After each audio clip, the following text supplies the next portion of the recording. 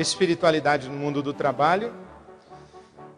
O nosso tema deste quarto encontro é o que a espiritualidade tem a ver com o mundo do trabalho, definindo os termos religião e espiritualidade, ou mais precisamente, espiritualidade e religião.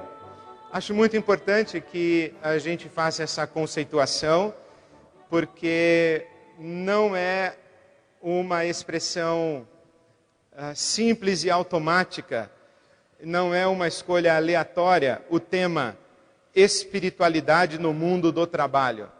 É o próprio tema do nosso fórum, é exato, porque o que queremos dizer é não há religião no mundo do trabalho, e sim a espiritualidade no mundo do trabalho. Nós não estamos falando de religião, estamos falando de espiritualidade.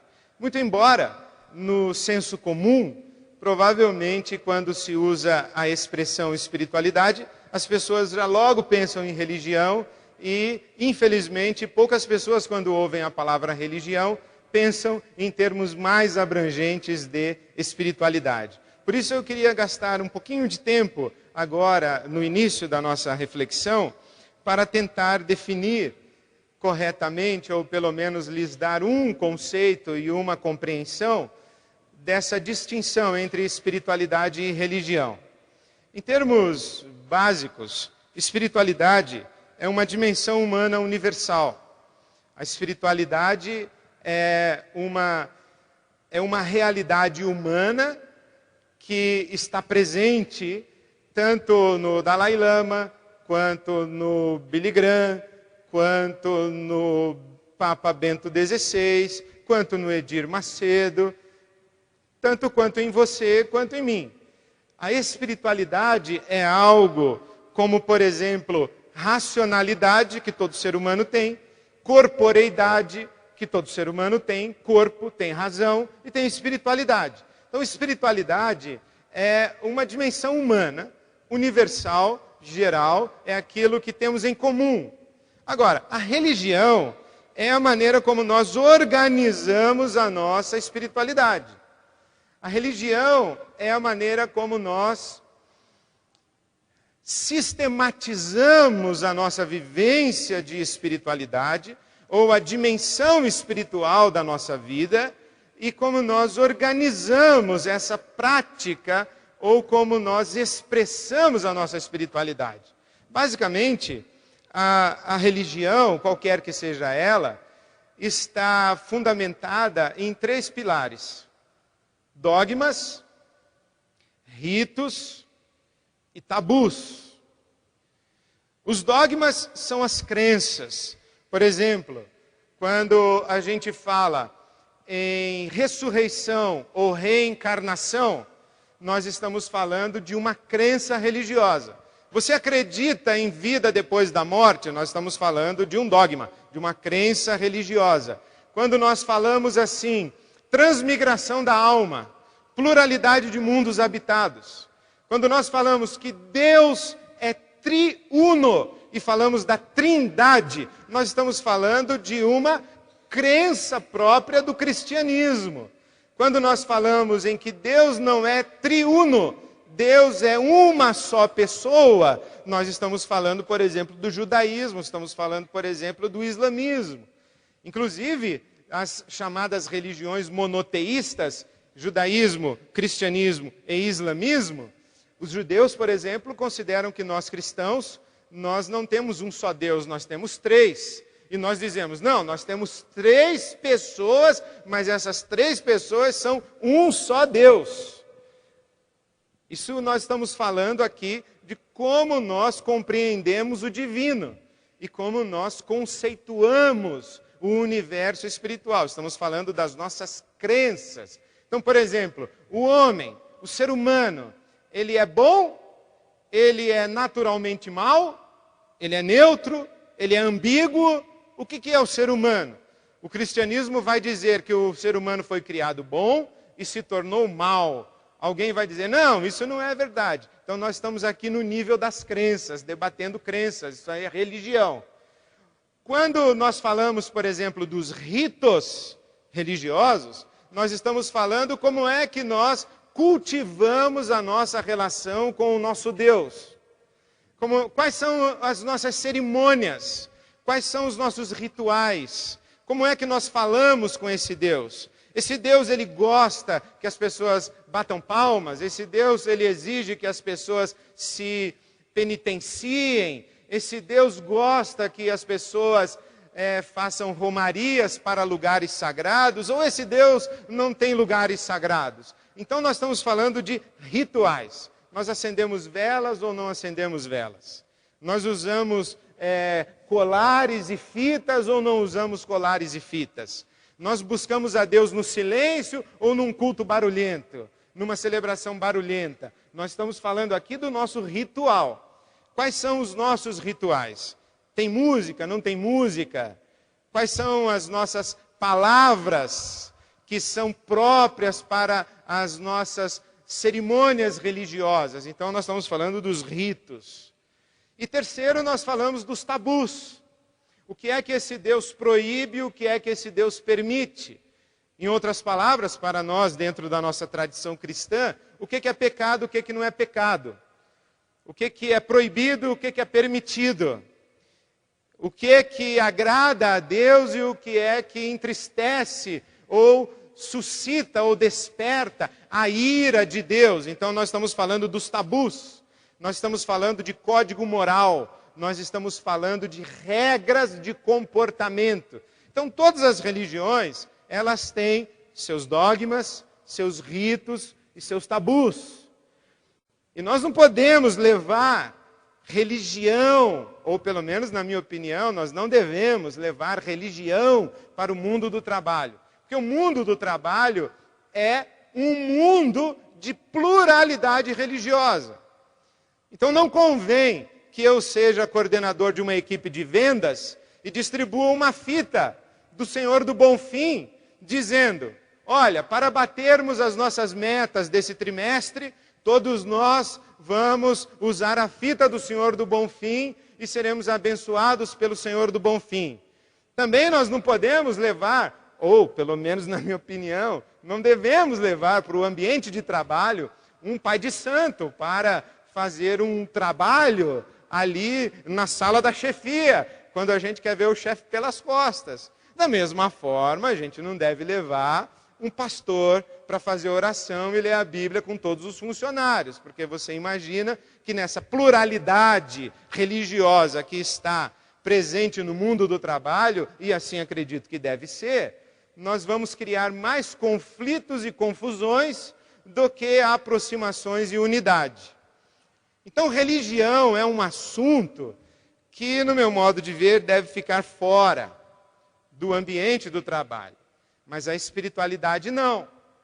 Nós devemos levar em conta a dimensão espiritual da pessoa humana.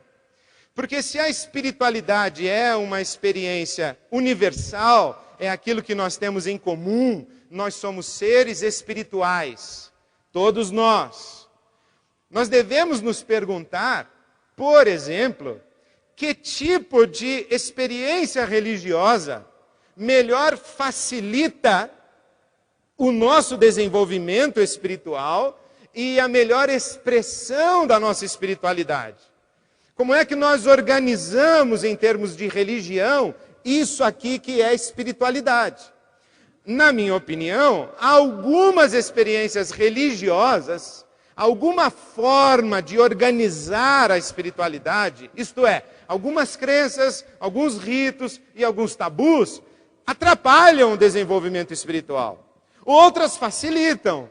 Então, na busca de uma experiência religiosa, nós devemos nos perguntar, qual experiência religiosa favorece, facilita a minha peregrinação espiritual? Para que isso seja respondido, nós devemos entender o que é ou como se define essa nossa espiritualidade. O que é a espiritualidade no ser humano? Assim como humanidade é aquilo que nos faz humanos, espiritualidade é aquilo que nos faz seres espirituais. Então a pergunta é, onde está a nossa espiritualidade? Como é que nós sabemos que nós somos seres espirituais? E eu queria sugerir para vocês dois homens que têm me ajudado a compreender a questão da espiritualidade. Um deles é Paul Tillich e o outro é Viktor Frankl. Isso porque, quando eu comecei a discernir e perceber que havia diferença entre espiritualidade e religião, religião e espiritualidade, quando eu comecei a perceber isso, eu comecei a me perguntar sobre o que é essa tal espiritualidade e como é que ela se manifesta na experiência humana. A grosso modo, cheguei à conclusão que, basicamente, a espiritualidade, conforme traduzida nas experiências religiosas, elas têm a ver com ou verdade ou poder. O que quero dizer com isso? No começo da minha experiência religiosa, em que eu queria um recurso de uma tradição religiosa para organizar, desenvolver e expressar a minha espiritualidade, eu achei que espiritualidade e religião se uniam no conceito de verdade. Verdade no sentido de crenças. Quem está com a verdade? Os budistas, os islâmicos, os católicos, cristãos, os judeus, os hindus, o hinduísmo. Quem é que está com a verdade? E eu achava que religião tinha a ver com verdade. E achava mais, que o cristianismo tinha a verdade. Que aquelas coisas que o cristianismo ensina são a verdade. A verdadeira descrição do universo, do mundo, de Deus, da pessoa humana, por que que as coisas são como são, como as coisas devem ser. E eu achava que se eu soubesse afirmar as crenças do cristianismo, eu estava fazendo afirmações verdadeiras a respeito da realidade. Então, no começo, eu pensava em termos de verdade e mentira. Todo mundo que concorda com a minha fé cristã tem a verdade. Quem discorda da minha fé cristã tem a mentira. E eu tenho que convencer todo mundo que discorda de mim que eu tenho a verdade e que a pessoa que discorda tem a mentira. Então eu tenho que fazer ela concordar comigo. Então a minha experiência religiosa estava articulada em volta desse conceito de verdade. Bom, a minha formação religiosa é protestante, é cristã, de tradição reformada, protestante, mais precisamente no nosso Brasil, evangélica, eu sou evangélico. Então eu tenho a verdade. Só que num determinado momento, eu percebi que além da verdade existia um outro conceito. Poder. E que a religião ensinaria para mim como acessar um poder transcendental ou transcendente, um superpoder que nós chamamos Deus. E dentro da tradição cristã, protestante, evangélica, nós conhecemos o segmento pentecostal, ou neopentecostal, que enfatiza a pessoa do Espírito Santo. Então eu achei, num determinado momento, que religião tinha a ver com poder. Porque não bastava que eu descrevesse de maneira correta e exata o mundo, Deus, as pessoas, as relações. Descrever não bastava. Crer corretamente não bastava. A verdade era pouco. Eu tinha que acessar um poder espiritual, um poder divino, que acessado por mim, agiria em meu favor. Me daria, por assim dizer, uma vantagem competitiva em relação a você, por exemplo, que estivesse concorrendo comigo à mesma vaga de emprego. Então, se eu sou um cristão, que creio que Deus é um poder, que me abençoa, que me protege, que me favorece. Na briga de currículos, os nossos 2 currículos podem ser tão bons, mas eu tenho uma vantagem competitiva que você não tem. Eu comecei a perceber que definir religião em termos de verdade e poder não atendia às minhas questões existenciais e não atendia à vida. Não atendia à vida. Inclusive, eu comecei a achar que falar de religião em termos de verdade e poder, paradoxalmente, significava ao mesmo tempo uma prepotência, uma arrogância, e uma covardia, e uma fuga. Arrogância porque eu comecei a achar que eu não apenas era capaz de racionalmente explicar o divino, explicar o mundo, explicar a vida e traduzir a complexidade da vida humana em princípios racionais e lógicos e dizer: Deus é assim, o ser humano é assim, a vida funciona assim, e isso é a verdade. Se você não concorda, você está enganado e eu estou certo. Num determinado momento da minha vida, eu comecei a achar que isso era de uma prepotência, de uma arrogância, que começou a me causar um certo constrangimento e um certo embaraço. E segundo, começou a me causar embaraço eu acreditar que eu tinha o divino como uma vantagem competitiva. E que Deus ia me abençoar e deixar de abençoar você. Que Deus iria abençoar a minha fábrica e iria prejudicar a sua fábrica. Que Deus iria abençoar a minha padaria e prejudicar a sua padaria. Que esse poder divino, ele escolheria aqui entre nós quais de nós mereceriam sucesso profissional, êxito na carreira, lucro nos negócios, e quais de nós ficariam amargando um movimento sem deslocamento na vida profissional, e qual das nossas padarias ia fechar.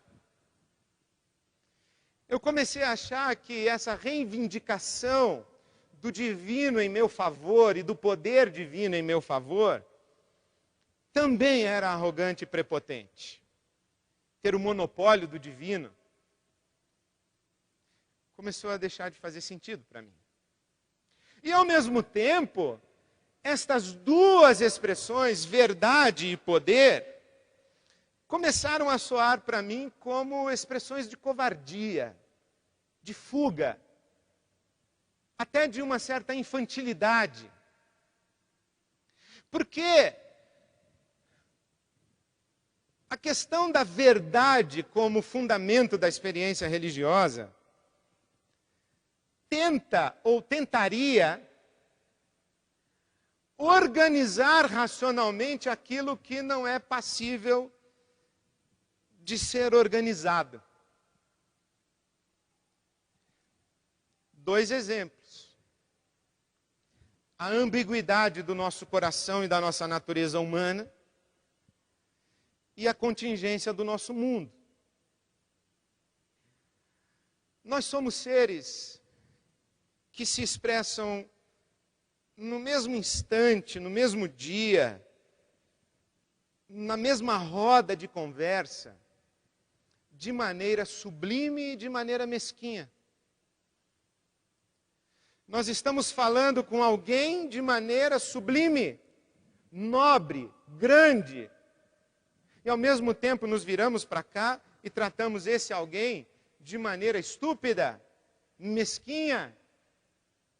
Nós conseguimos ser honestos e desonestos na mesma conversa. Hoje eu estava andando pelas ruas de São Paulo e vi uma pichação num muro da cidade, aqui na Avenida Sumaré. E a pichação dizia o seguinte: a verdade é que você mente todo dia. E eu pensei, é verdade. A verdade é que você mente todo dia. Nós somos assim. Querer enquadrar a natureza humana, o comportamento humano, a passionalidade humana, o espírito humano, em determinados princípios, o ser humano é assim, A, B e C, não faz sentido. Se você quiser perdoar uma pessoa, siga os seguintes passos: 1, 2, 3 e 4. Não faz sentido. Não funciona dessa maneira. O nosso coração, ele é selvagem. A nossa interioridade, ela é cheia de luzes e sombras.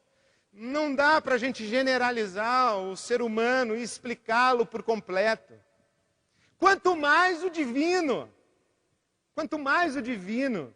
O divino não é passível de ser explicado racionalmente. Agostinho dizia o seguinte: se você entendeu Deus, não foi Deus. Se você pensa que entendeu Deus, não é de Deus que você está falando. Deus transcende. E segundo, a contingência da vida. E essa contingência do mundo em que a gente vive, eu também li no muro do cemitério do Araçá. Quando cheguei, aliás, o próprio cemitério do Araçá é uma expressão concreta de um mundo contingente. O cemitério do Araçá, ele reúne pessoas que morreram aos nossos olhos, fora do dia, fora da época, morreram injustamente, algumas outras mereciam ter morrido no lugar delas e elas mereciam estar vivas até hoje, e nós não temos explicações por que um morreu e o outro sobreviveu, mas o próprio cemitério já é um campo em que mostra a contingência da vida humana. Mas lá no muro do cemitério do Araçá, eu estava com exatos 17 anos, quando vim para o seminário, para a Faculdade Teológica Batista, aqui em Perdizes, em São Paulo, e passando ali na Avenida Doutor Arnaldo, no cemitério do Araçá, tinha a seguinte pichação: olhe ao redor. Estranho, né? E eu me identifiquei muito com o sujeito que fez aquela pichação. Eu falei, que bom que não apenas eu acho esse mundo muito estranho. O mundo é estranho. O mundo, ele é cheio de fenômenos e fatos para os quais não existe, pelo menos dentro da nossa racionalidade, uma lógica e uma justificativa plausível. E essa ambiguidade humana e essa contingência do mundo são, inclusive, 2 grandes argumentos para aqueles que não creem em Deus. E nós que cremos em Deus, não podemos usar Deus. E aí foi o que aconteceu comigo. Eu estou contando para você a minha tradição e a minha peregrinação espiritual e religiosa. Pelo menos para mim não faz sentido querer usar nem a verdade e nem o poder, a verdade a respeito do divino e o poder divino, para escapar, fugir da ambiguidade da vivência humana e da contingência do mundo em que nós vivemos. Eu dou razão aos camaradas que falam que Deus pode ser um patrocinador de covardes, mas dou muito mais razão, principalmente de ter estudado o livro do Eclesiastes, como fiz recentemente, a expressão do professor Luiz Felipe Pondé, que diz, lendo o Eclesiastes, que o Eclesiastes, o livro da Bíblia, o livro do Eclesiastes, deixa muito claro que o Deus de Israel não gosta de covardes. E aí foi que eu encontrei Paul Tillich e encontrei Viktor Frankl, que me deram uma outra chave e me ajudaram a entender e me tiraram do meu desespero religioso. E que me ofereceram um novo caminho ou uma nova janela para que eu pudesse enxergar a minha experiência religiosa cristã de maneira compatível com a minha percepção da espiritualidade. E a chave que eles me deram foi sentido. A espiritualidade e a experiência religiosa se unem na palavra sentido. Paul Tillich fala que nós buscamos algo que dê sentido à nossa vida e à nossa existência humana. E o Viktor Frankl fala que essa é a grande fome da alma humana. Sentido. E sentido com duas conotações: direção e significado. O que é sentido? Direção e significado. Por exemplo, direção. Quando eu pergunto, qual o sentido dessa avenida? Norte ou sul? Em que direção vai essa avenida? Estou perguntando direção. Quando eu digo assim, Avenida Paulista, em que sentido? Consolação ou paraíso? Eu estou perguntando em que direção? Qual percurso eu faço? Em que direção eu vou? Mas significado na conotação de aquilo que vale a pena, aquilo que faz sentido, aquilo que justifica o meu engajamento, aquilo que justifica o meu esforço, aquilo pelo que vale a pena viver, aquilo pelo que vale a pena eu me sacrificar, aquilo que para mim tem significado, é aquilo que para mim tem sentido. Então, nós buscamos em nossa vivência humana, e tanto o Tillich quanto o Viktor Frankl, eles dizem para nós que o que demonstra que nós seres humanos somos seres espirituais é que nós temos fome de sentido. Nós precisamos nos organizar na vida. Nós precisamos adquirir um senso de direção. Nós precisamos de balizamentos para as nossas decisões, para as nossas escolhas. O Viktor Frankl tem uma expressão muito interessante. Ele fala que nós, seres humanos, nós temos liberdade e responsabilidade. Nós somos livres para tomarmos decisões. E temos capacidade de responder à vida. Responsabilidade nisso, nesse sentido, de capacidade de dar respostas.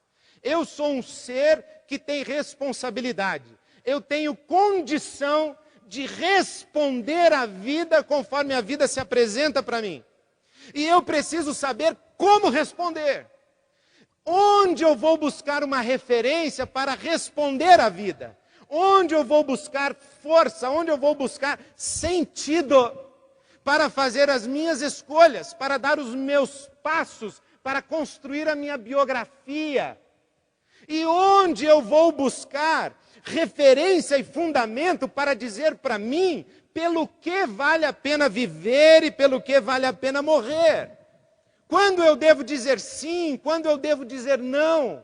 É isso que me faz um ser espiritual. É quando eu questiono a existência humana e me pergunto a respeito de qual é o sentido. Qual é o sentido da existência humana? O que é que orienta e baliza a caminhada humana e a peregrinação humana? E o que é que realmente vale a pena para a vida humana? Em outras palavras, quando é que é melhor morrer do que continuar vivo? Quando alguém diz assim, eu prefiro morrer, essa pessoa está fazendo uma afirmação de sentido último da sua existência. Eu prefiro morrer a negar o meu amor aos meus filhos. Eu prefiro morrer a negar o meu amor à minha mulher. Eu prefiro morrer a negar o meu Deus. Eu prefiro morrer a negar a minha pátria. O que é que realmente, quando eu tenho que escolher entre a minha própria vida e outra realidade qualquer, qual é o critério que eu uso para fazer essa escolha? É disso que nós estamos falando, de espiritualidade. Onde eu vou buscar esse sentido? Para nós cristãos, nós vamos buscar em Deus. Porque somente Deus pode justificar o sentido último, o sentido mais inegociável da nossa existência. O Paul Tillich, inclusive, vai dizer que tudo aquilo que não é Deus, mas que você submete a sua existência a esse algo que não é Deus, esse algo para você é um ídolo. Ele não merece que você sacrifique a sua existência por esse algo. Não merece. Por isso é muito importante nós entendermos o que é espiritualidade. E essa beleza da espiritualidade como a busca de sentido e a necessidade de nós encontrarmos na nossa experiência religiosa a referência de sentido. E aí, eu penso que a experiência religiosa, para nós, cristãos, não tem a ver com crenças corretas e verdades, e não tem a ver com acessar um poder que nos favorece. Tem a ver com o nosso sentido. Tem a ver com o nosso sentido. E nisso eu quero citar as palavras de Jesus.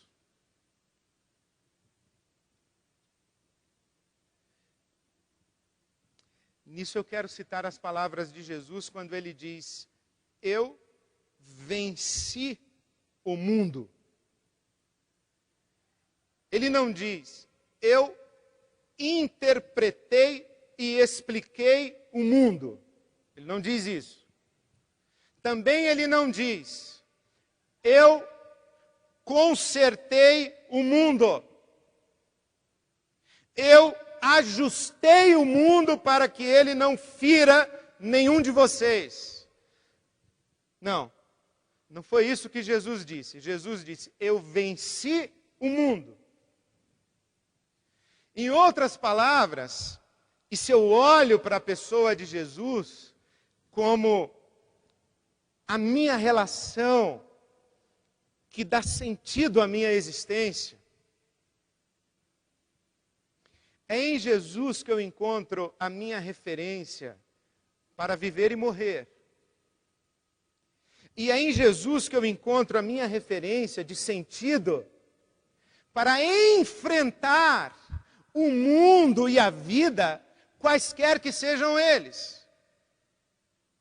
Para vencer a ambiguidade da minha própria natureza humana e vencer a contingência do mundo em que eu vivo.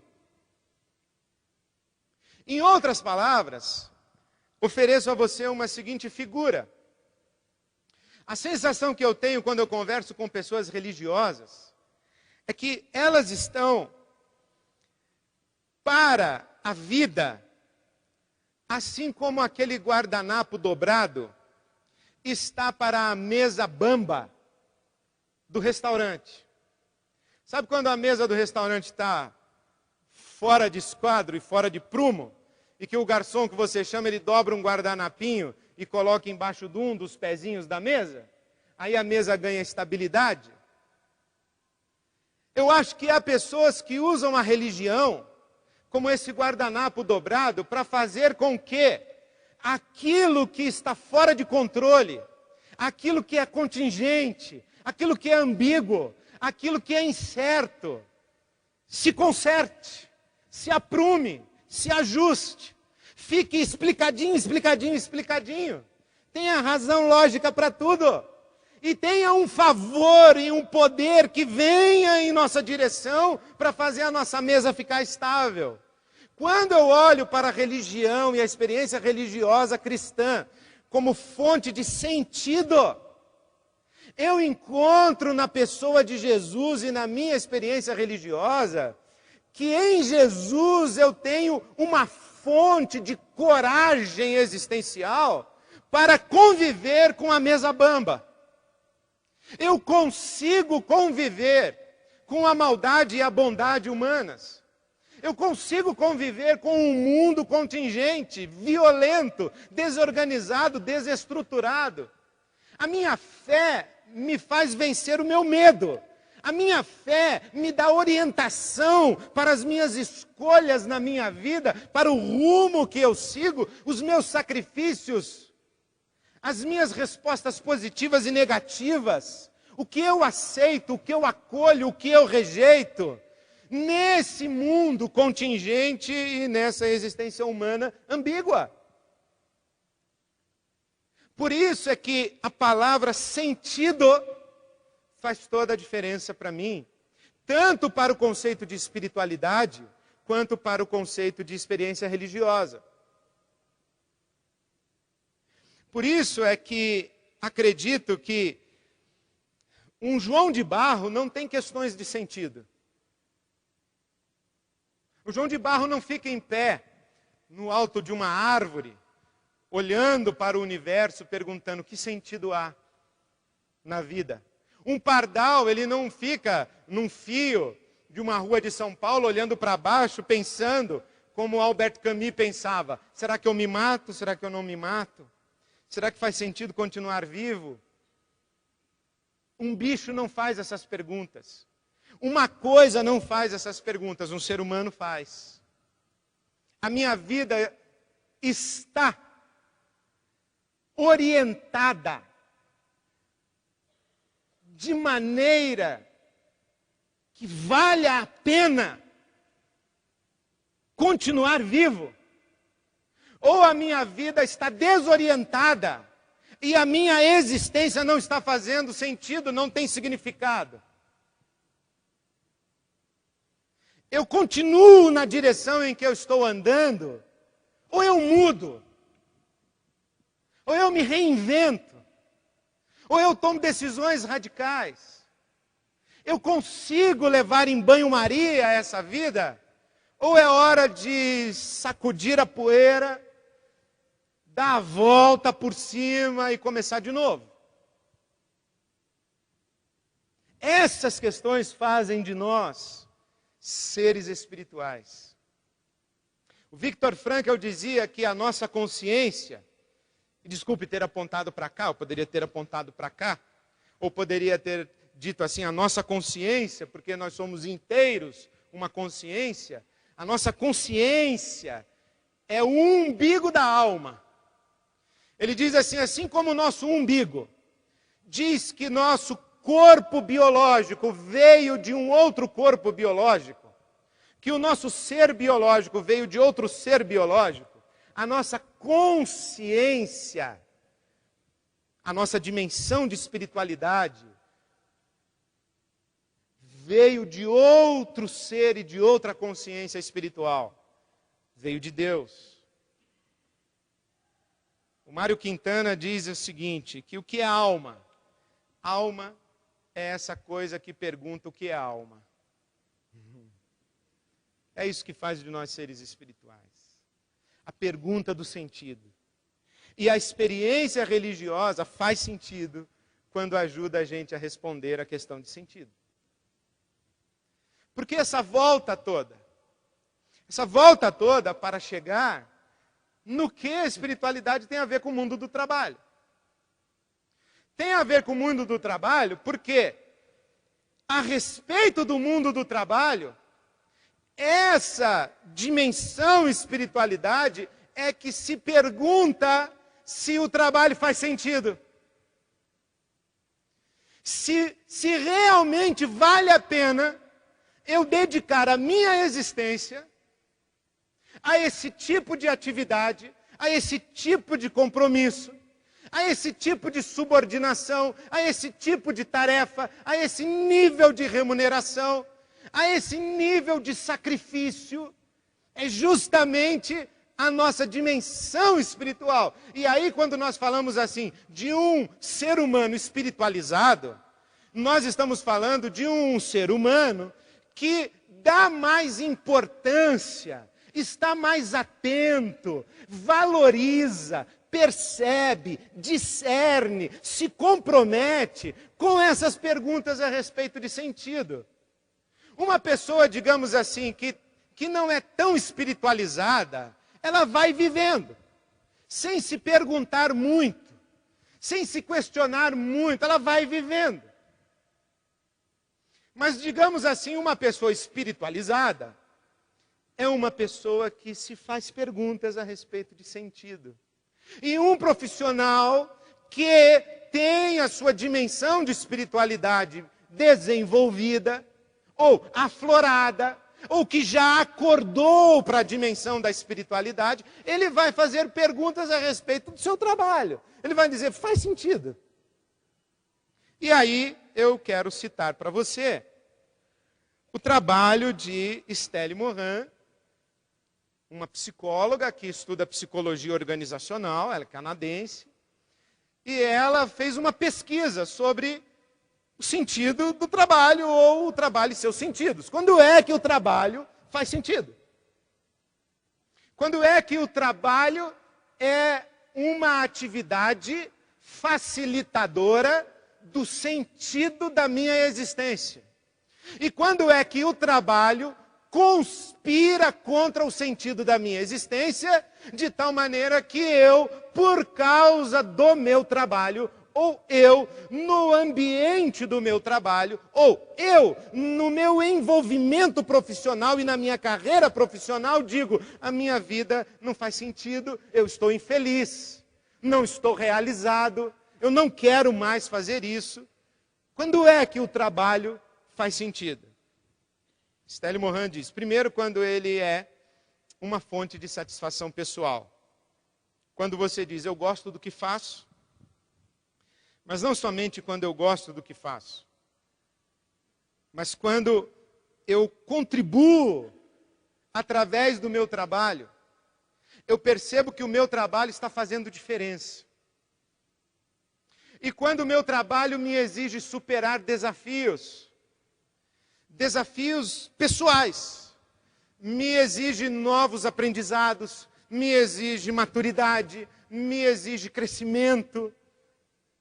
Esse trabalho, quando é fonte de satisfação pessoal, ele tende a contribuir para o sentido da minha existência. Quando o trabalho me oferece condição de autonomia e sobrevivência. O que é isso? Tem a ver com remuneração, tem a ver com ascensão social, especialmente com relação ao meu futuro. Aí é o sentido de autonomia. Eu conseguirei, com o fruto do meu trabalho, cuidar de mim. Ou eu vou depender que outros cuidem de mim. Se eu continuar nesse trabalho, fazendo a mesma coisa, até ficar velhinho, quando eu ficar velhinho, eu vou ter autonomia ou vou ser um ser dependente?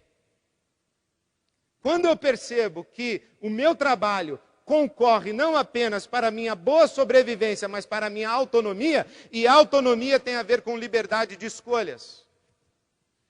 Quando você não tem liberdade de escolhas, isso significa que alguém está escolhendo para você, aonde você vai morar, o que você vai comer, a roupa que você vai vestir, aonde você vai passar férias, se é que você vai ter férias. A sua vida não está na sua mão. A sua agenda não está na sua mão. Você não escolhe.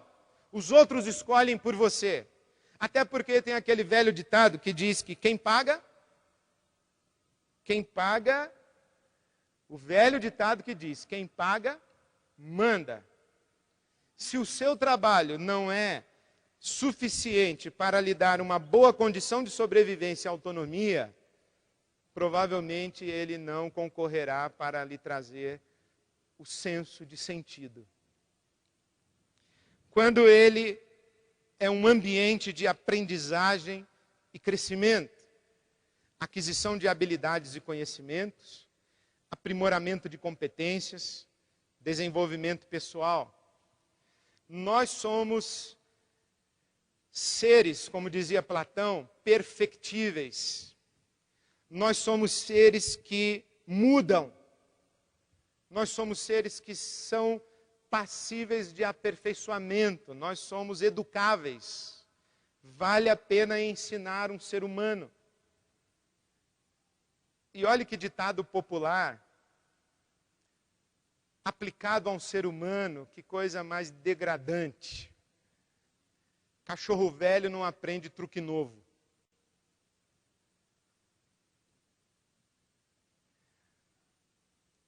Ser humano não é cachorro. Cachorro é determinado geneticamente. Ser humano, não. Isso faz lembrar o meu professor, que dizia que se você colocar um gatinho na frente de um pires com leite e uma caixinha de terra, o gatinho bebe o leite, faz cocô na terra e cobre o que fez com a terra. Mas se você colocar um bebezinho na frente de um pires de leite e uma caixinha de terra, ele dá um pontapé no pires de leite e come a terra. Porque o ser humano não é determinado geneticamente. Ele é educável. Ele muda. Ele é passível de crescimento. E é uma coisa estúpida quando, por exemplo, fugindo do tema profissional, indo para o tema conjugal, mas que serve também para o mundo profissional, quando o sujeito fala assim para a esposa: quando você casou comigo, você já sabia que eu era assim. Ora, a esposa poderia responder: bom, eu sabia que você era assim, mas eu não imaginava que você continuaria assim durante 30 anos. Porque cachorro que nasce assim e morre assim, cachorro. Ser humano não. Ser humano cresce, amadurece. E um espaço de trabalho que exige, sugere, facilita, possibilita aprendizagem e crescimento, contribui para o sentido. Identidade. Por exemplo, o status que a empresa fornece e a empresa quase como um sobrenome. Nós precisamos dessa referência profissional. Veja que interessante, o nosso mundo. Inclusive, você sabe como que a gente apresenta uma pessoa para outra. Aqui está o Paulo Roberto, advogado. Aqui está o Zé Luiz, engenheiro. Ou como é que um pai e uma mãe falam dos seus filhos. Eu acho muito interessante, eu fico, como diria, comovido, singelamente vendo a beleza disso, como por exemplo, eu peguei um táxi a semana passada, o motorista de táxi, eu estava com uma certa pressa para chegar ao aeroporto, e na fila, levanta-se um senhorzinho, que eu falei, eu vou chegar amanhã no aeroporto. Mas o senhorzinho levantou com uma lepidez, ele veio com toda a fome para o volante, falou: o senhor está com pressa ou quer ir na calma? Eu falei: estou com pressa. Ele falou: então aperta o cinto.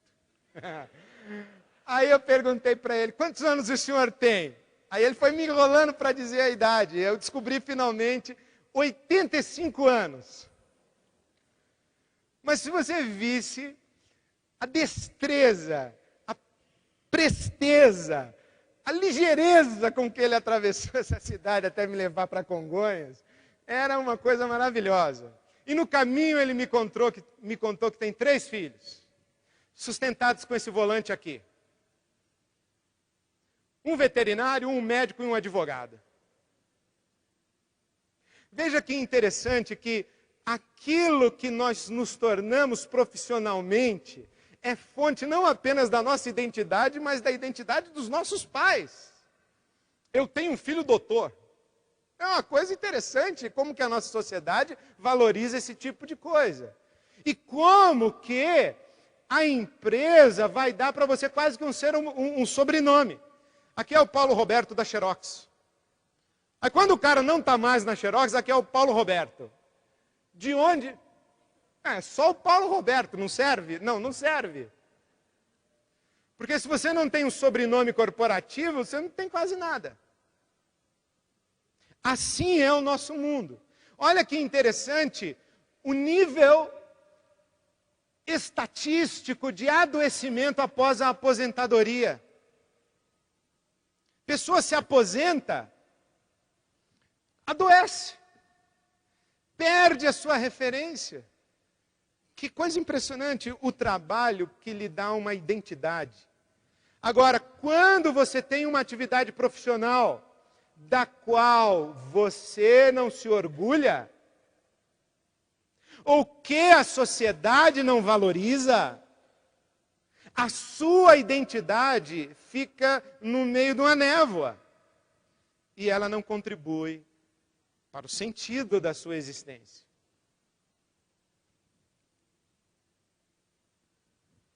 Utilidade. O trabalho serve para alguma coisa. E transformações resultantes do seu trabalho.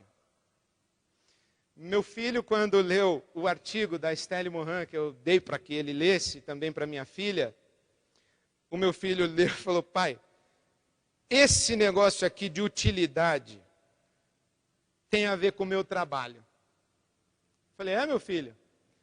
Como assim? Prestava para nada. Eu detestava o meu trabalho, eu não sabia direito por quê. Mas eu descobri. O meu trabalho eu fazia e me perguntava, por que eu estou fazendo isso? Por que essa mulher me mandou fazer isso? Eu não entendia para que prestava o meu trabalho. Eu não entendia de que maneira o resultado do meu trabalho seria útil. E aí eu descobri porque eu não gostava do meu trabalho em alguns momentos. Quando a gente sabe por que a gente faz, e como o resultado do nosso trabalho afeta a realidade, a nossa atividade de trabalho é fonte de sentido. Eu estou sendo útil. Há uma razão para eu me levantar e ir ao meu trabalho, porque aquilo que eu faço é necessário e é útil. Relacionamentos. O trabalho como fonte de reconhecimento. Principalmente quando as pessoas que reconhecem o valor do nosso trabalho são pessoas que nós admiramos e por quem temos um certo afeto. Nós desejamos que essas pessoas digam para nós, muito bem, foi bom o seu trabalho. Porque um elogio àquilo que fazemos é também um elogio a nós. E é importante que nós saibamos que somos valorizados e somos importantes para alguém. E quanto mais esse alguém ocupa um lugar de afetividade do nosso coração, mais importante é esse reconhecimento. Até porque o ambiente de trabalho é um ambiente de relações íntegras e afetivas e um ambiente de construção de amizades. Quando você diz, eu não gosto do meu ambiente de trabalho, você estará dizendo muito provavelmente, eu não gosto das pessoas com quem eu trabalho, ou eu não gosto dos tipos de relacionamentos que existem entre as pessoas com quem eu trabalho. Mas quando o seu ambiente de trabalho e os seus parceiros de trabalho são fontes de afetividade, de reconhecimento, de valorização pessoal, esse trabalho é também fonte de sentido. Inserção na sociedade, pertença a um conjunto social. De onde você é? Qual é a sua turma? Quem são os seus pares? Você está junto com quem? E integração na sociedade. Isto é, você está inserido. Por exemplo, como que as pessoas hoje, os teóricos falam das classes sociais mais pobres e inclusive as miseráveis? São chamadas de excluídos. Veja que crueldade a sociedade que nós construímos. Sobrantes. Imagina você chegar para um ser humano e falar assim: você é um sobrante. Você está fora do mercado de trabalho, você está fora do mercado de consumo, você está fora da teia social. Você é como se não existisse. O trabalho traz para nós esse senso de inserção na sociedade e no mundo. E, finalmente, ética, que é a compatibilidade com os valores pessoais e a aceitação do consenso social. Por exemplo, quando você está num trabalho que exige de você o sacrifício da sua consciência moral, esse trabalho vai ser uma fonte de infelicitação. Ele não vai cooperar para o seu senso de sentido na existência. Porque você estará constantemente traindo os seus valores mais caros e negando a sua própria consciência. Ou quando você tem uma atividade profissional que sofre a rejeição do consenso social. Uma atividade profissional que as pessoas torcem o nariz quando descobrem que você faz aquilo. Isso acaba conspirando contra o seu sentido. E novamente eu me lembro quando peguei um táxi, bem cedo num domingo pela manhã, para vir à Igreja Batista de Água Branca. Era muito cedo aquele domingo, eu precisava estar aqui bem cedo. E peguei um táxi na esquina da minha casa, e o taxista era meu conhecido. E eu falei para ele: pô, que hora você chegou aí? Ele falou: passei a noite. Você trabalhou a noite toda? Ele falou: passei a noite. E o pessoal vê a gente cochilando aqui no ponto, acha que nós somos vagabundo. Mas eu passei a noite aqui. Falei: olha, obrigado, porque você está aqui e passou a noite aqui, porque eu realmente preciso de você agora para ir para o lugar onde eu tenho que ir. Que bom que você está aqui. Aí ele virou para mim e falou: e o senhor onde é que vai tão cedo? Aí eu falei assim: eu sou pastor. Ele falou: e o senhor está pior que eu. Aí eu percebi que o consenso social da minha atividade profissional não estava em alta, né? Mas quando você precisa negar os seus valores morais para desenvolver a sua atividade profissional, e quando a sociedade rejeita a sua atividade profissional, o seu trabalho acaba deixando de favorecer o sentido da sua existência. Em síntese,